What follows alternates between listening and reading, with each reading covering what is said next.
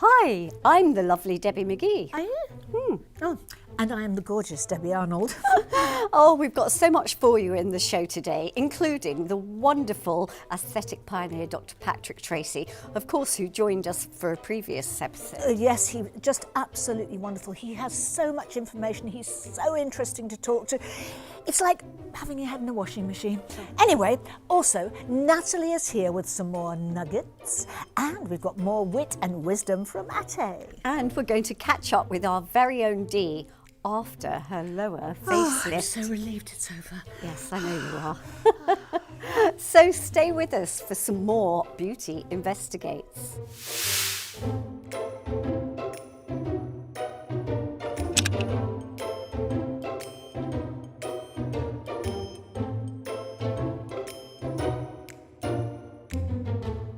It's lovely to have you back on the show. It's lovely to be back. Dr. Patrick Treacy. Yes, I know. I would like to know a bit more about treatments because when you started to now, so much has changed.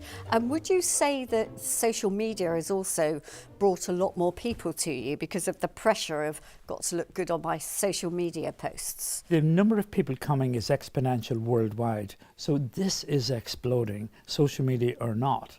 I was in Pakistan recently and I was just there for a lecture and I had a line of doctors and film stars that all wanted their faces injected. There's no doubt about it that social media has changed things for us.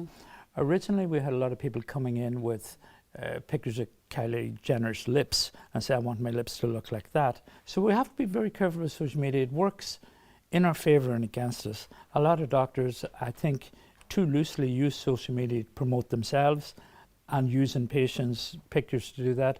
Whereas I suppose more conventional doctors, particularly in hospitals, or maybe like myself, don't like that approach. I think it lowers the tone of aesthetic medicine a little bit. And then there's no doubt about it that people have unrealistic expectations of their outcomes. My mother was a beauty queen in the 50s, and she used to say to me, God gave me nothing but my looks. Yes. And she was gorgeous and she knew it. Yes. And I think now everybody's saying, oh, but I don't like my nose, So I don't you like my inherited lips. this, is that what you're telling us? Sadly, I look like my dad. I mean, we've never discussed this, but my mum was too. So there you go. Yeah. So obviously you look like your dad as well. I do look like my dad, but she only entered one competition because in those days it was kind of a fun thing to do. During the last war, they needed all the metal they could get, so all the makeup tubes for lipstick were replaced with plastic or paper. Although the quality went down, the usage didn't. Women were absolutely encouraged to wear as much lipstick as they wanted to keep up the morale. This one's been recreated by the seamstress of Bloomsbury, and it's the most wonderful 40s red. Tell us about some of the treatments you actually perform and for what reasons. The body reacts to these stress mechanisms by repairing themselves. So if you do something like a CO2 laser, which is still probably the single best treatment, there's no doubt about it. It lasts for 5-6 years, and over 20 years it really has never lost its appeal.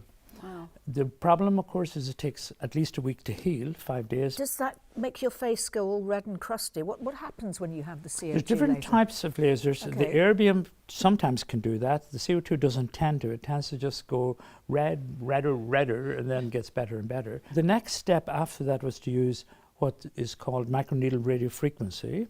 And this is also a means of wounding the dermis, but you can protect the epidermis on the way in. With a laser you can't because it goes through everything. So you can put a little plastic sleeve over the electrodes, so when they go in, they just target the dermis itself. And you'll heal from that within 1 or 2 days.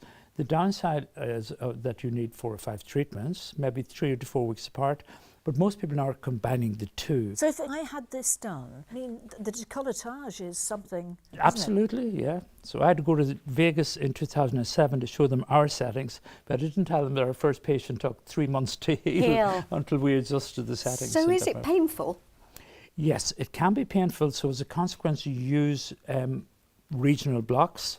We can block most of the forehead by little injections here and also around the perioral area. So, I mean, you can block, you know, sort of the nerves for maybe about half an hour.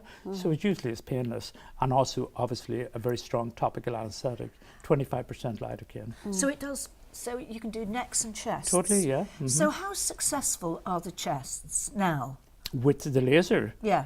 oh, very successful, and the backs of hands.